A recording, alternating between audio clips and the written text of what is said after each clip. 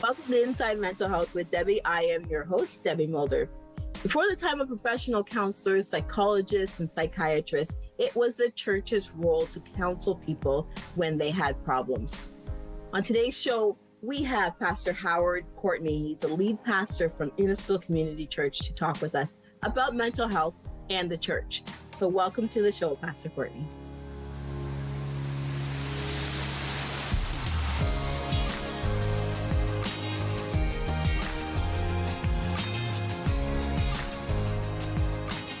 Welcome to the show, Pastor Courtney. I'm so glad that you could join us today.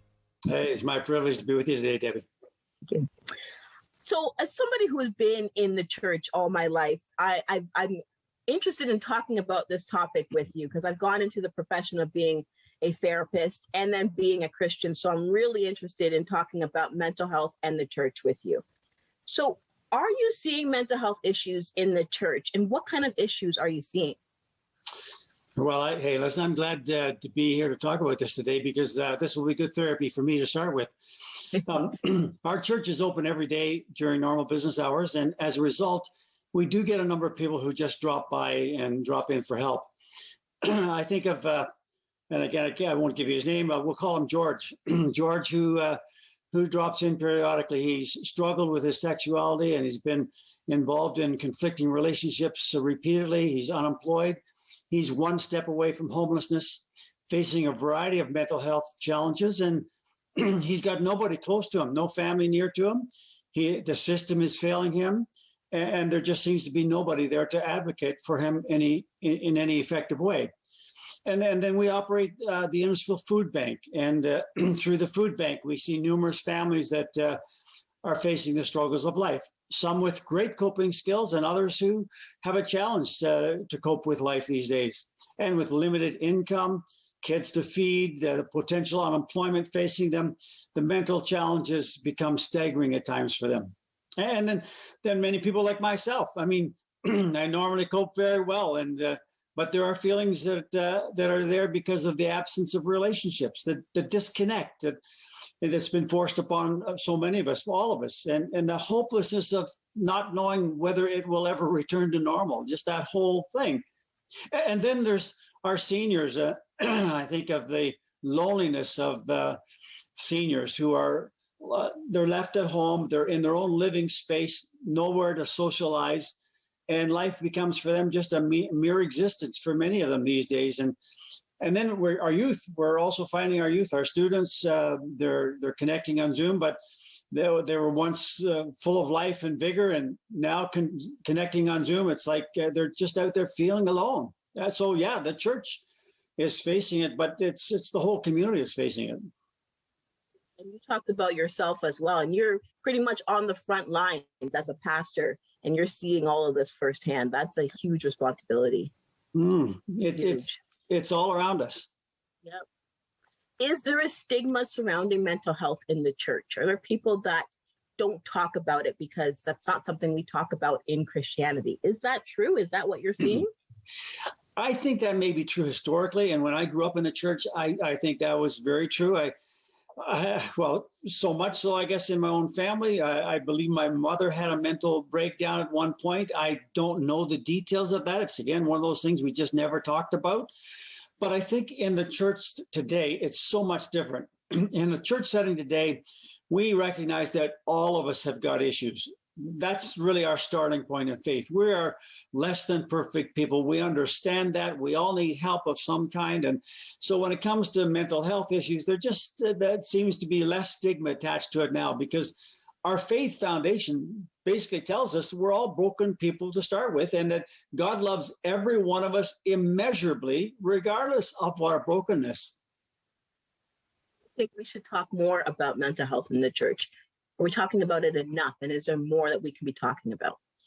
Well, we certainly have seen Bell, Let's Talk, raise a lot of awareness for sure. And yes, we do. We must talk about mental health in the church. I know a pastor who had a complete mental health breakdown in church while he was preaching. And then just a few months ago, we offered in our church a mental health workshop for a number of people. We trained several dozen individuals in mental health response. So, yeah, we need to talk about it, and we are talking about it. Yeah. There is encouraging data that kind of suggests that the church and pastors are increasingly being seen as this safe environment for the congregation. And to bring their mental health concerns and their struggles, the church is seen as being safe. Now, how significant is it for those who attend church, even occasionally, to feel safe and to seek counsel from their pastor? Do you find that it is significant? Oh, it has to be a very strong point. Everybody needs a safe place to fall. And the church has to be one of those safe places. So we have to take all of the precautions around us in terms of how we handle appointments and how we interact with people. The church has to be a safe place, and we need to be a health and healing center for people. Again, we're living in a broken world. We are all in some way broken people. I haven't yet met a perfect person. And we're all projects in process. So I think those who attend this church aren't here long until they find out that they see that in me. I'm a work in progress, and we all are. Right. And it's interesting, too, in reading the Bible and knowing about Jesus, he talked with everybody. He, healed everybody. It doesn't matter what condition you had, any disease, any mental illness, he was about welcoming everybody. And I feel like that's what that's what he goes and he tells us that we need to do. So yeah, you're absolutely right.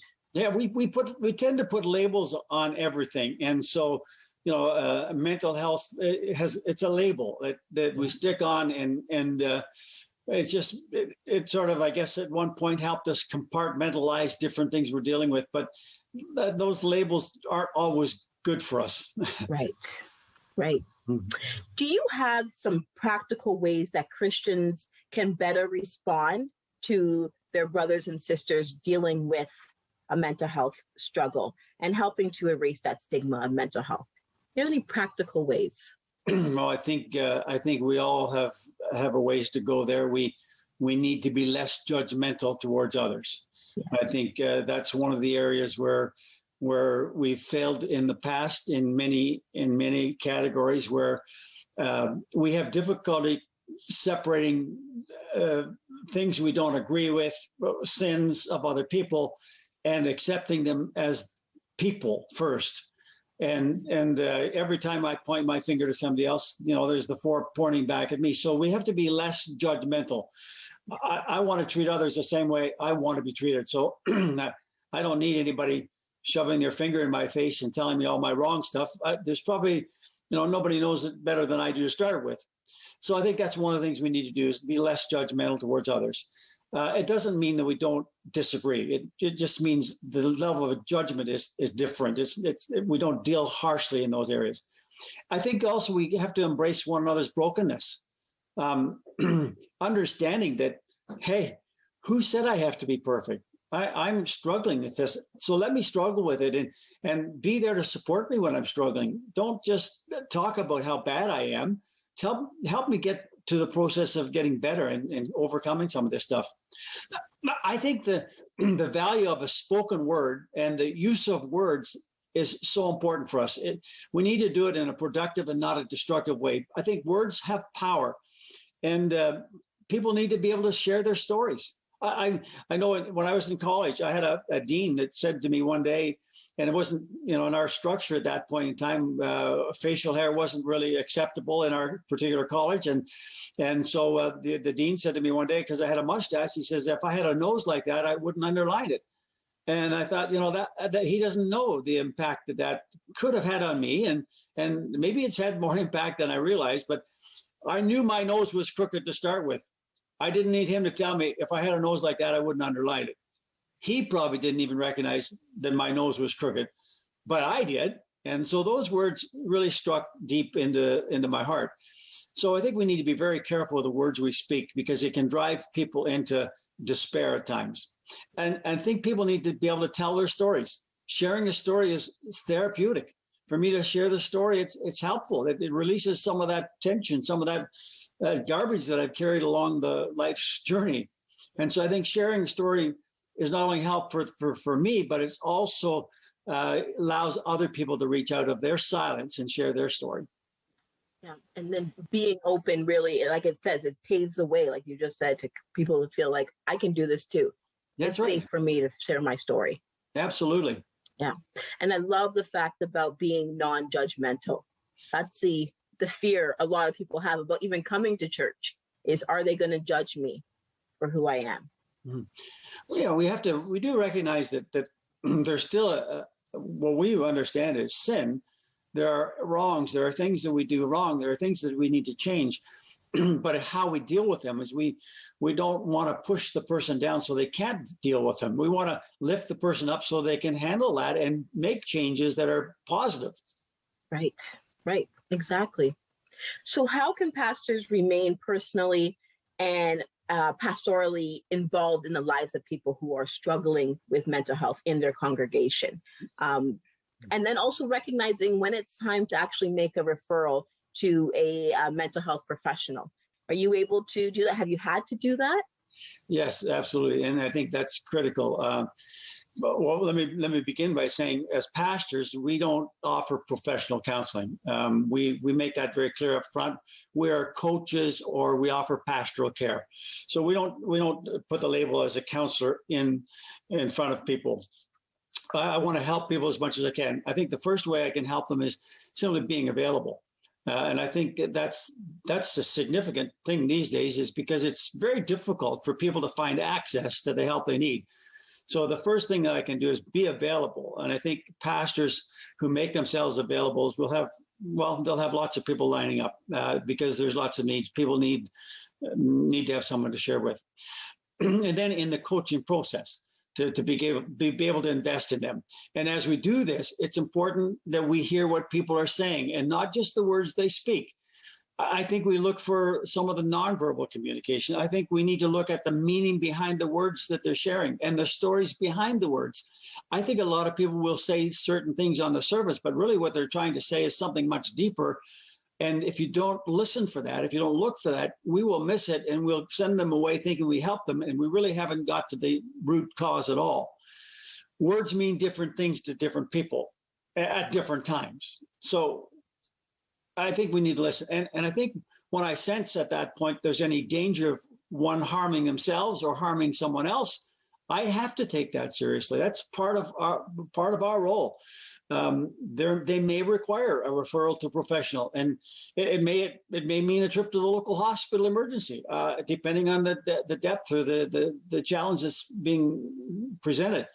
It may mean at sometimes securing what they would call a form from a justice of the peace to have the person taken against their will for a formal assessment. I have done that at times, and that's a harsh way to go, but sometimes you have to do that. Most times that's not required. Most times you can listen with an open ear and be able to hear their heart and be able to give some kind of a guidance and coach them in. I don't pretend to be what I'm not. I take seriously, deeply serious, my role as an advocate for the people, and I want to find them the help they need. I feel like it's Sunday morning and I'm listening to you preach. You've got so many great words of wisdom, and I really appreciate that, Pastor Courtney. Thank you, David.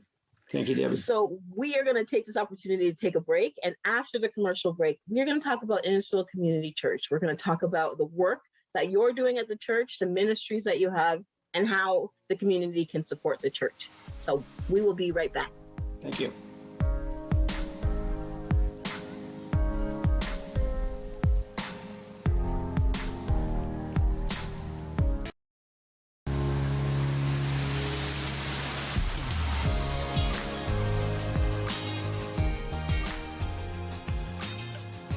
Welcome back to Inside Mental Health with Debbie. I am here with Pastor Howard Courtney, who is the lead pastor at Innisfil Community Church, and we're talking about mental health and the church.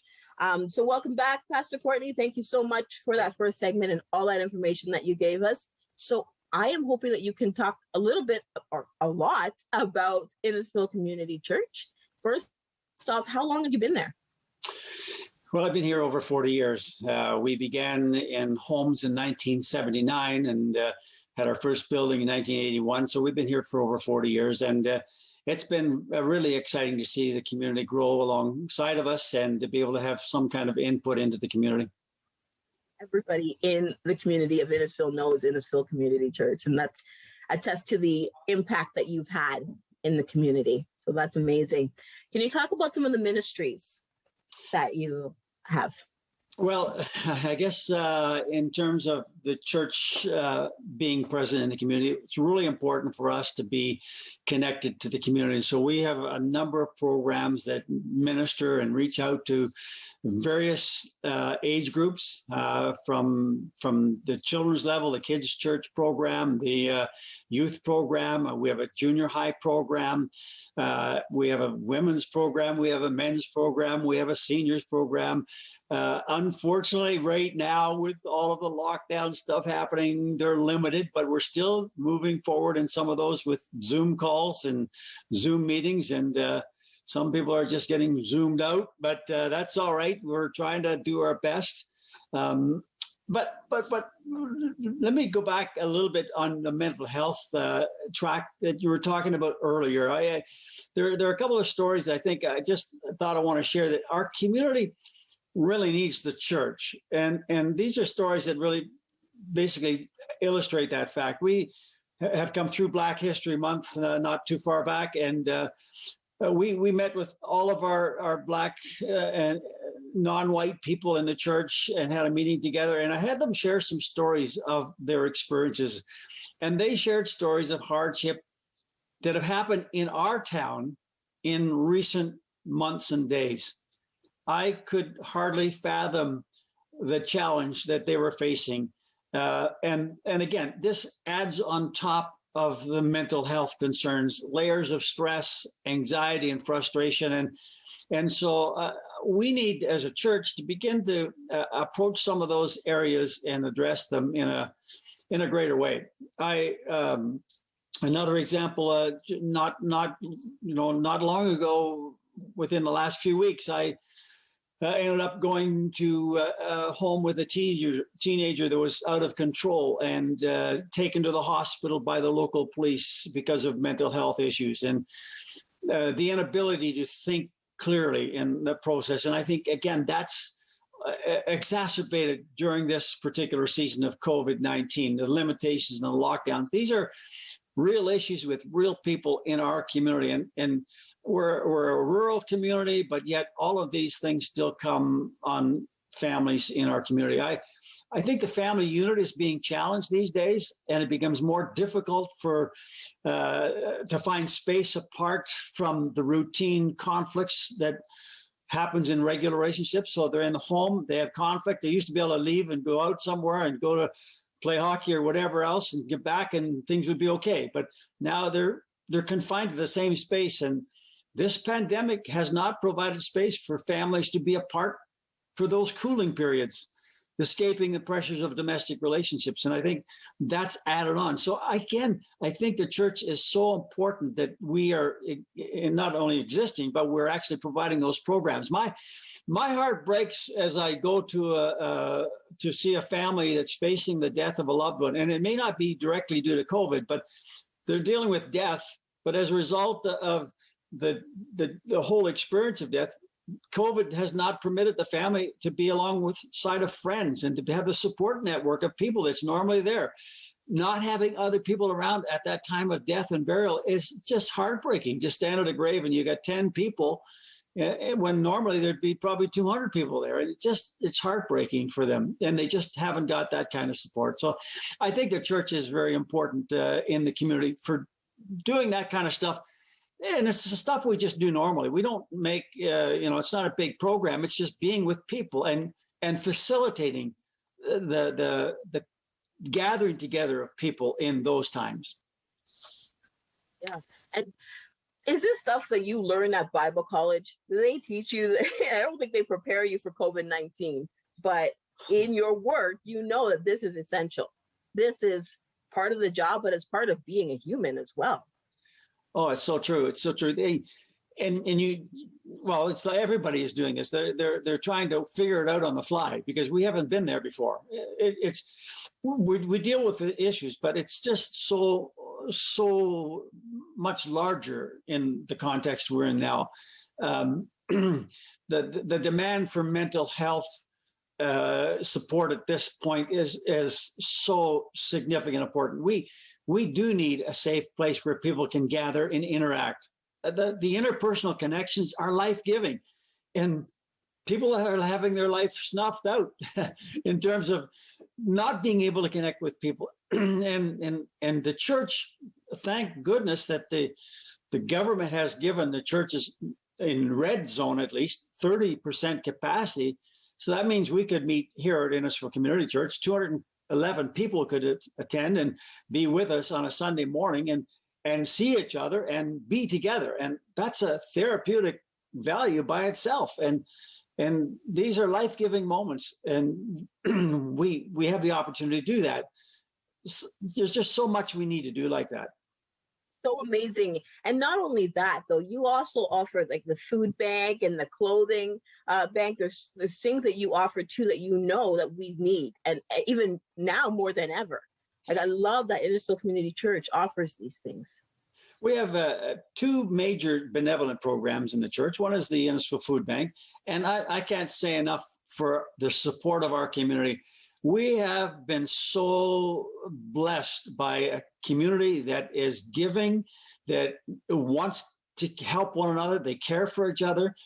And so our food bank has done extremely well during this time. Now, we're anticipating that there's going to be days down the road where our demands are going to be much greater than they are now. I think with the government support that's happening, that's going to run out. And new families are going to be starting to come. We've got, I think, eight new families last month, another 8 new families in January, and 8 in February, new families. So 16 new families over the last 8 weeks. We think that's going to grow, and the demands are going to be more. So we're going to still need their support. But this community has been so supportive. Here's a story. Just last week, a 6-year-old child wanted to help the food bank. And so they decided to shave their head for the food bank. They raised, that child, 6 years old, raised $280 and brought it into us to support the food bank. It was amazing. And that's the kind of support we have in our town. It's just an awesome, awesome place. We also operate the clothing depot, which we offer free clothes every month. Now we've gone to shopping by appointment only, but all the clothes are free. They just need to call in, get an appointment, and they can come in and shop for free. And we provide that for them. Amazing. That's amazing. And that really says we can go to the church for support, whether it is for clothing, whether it is for food, whether it is for that social support, that mental support. We know that we can go to Innisfil Community Church and get that support that we need. Well, we try our best, and whether it's food bank or others, we see part of our role as being an advocate for those individuals in need of help, to try to find them the right place to go for help. If we can't help them, if we can help them navigate to the right sources, that's great. We have a bit of an educational program in the food bank, so we'll try to connect them with all the different agencies that they could help, whether they're looking at any addiction issues. We'll point them to Narcotics Anonymous. They meet in the building here. We have Alcoholics Anonymous that meets here in the building. We offer grief classes for those that are grieving and facing loss of life or even loss of partners. We offer an anger management course. I'm a registered anger management specialist. So we offer these anger management courses from time to time as required. So again, we want to connect people, and we want to get them back on their feet functioning well. Oh, amazing. So is it safe to say that for you and hopefully for a lot of other pastors, the stigma of mental health is slowly being erased? It's being erased, but there's still work to be done, but you are helping to that cause. Absolutely. And yeah, we absolutely have more work to do for sure. And it's going to take time. It's going to take time. It surprises me sometimes the amount of negative stuff that is out there that's just under the surface. It's not, maybe not as open as it used to be, but I think sometimes the mind concepts still remain, and they're hard to break. They're hard to get to move away from. Before we go, I'm hoping that you can tell us where we can find you, the different social media outlets that you are on, just so that the community can continue to support you, and then anybody else that's interested in supporting Innisfil Community Church. All right. And so we don't have much time, so go ahead. Great. So the best place is to find us on the web, innisfilchurch.com. We're there, and there's a number of contacts there.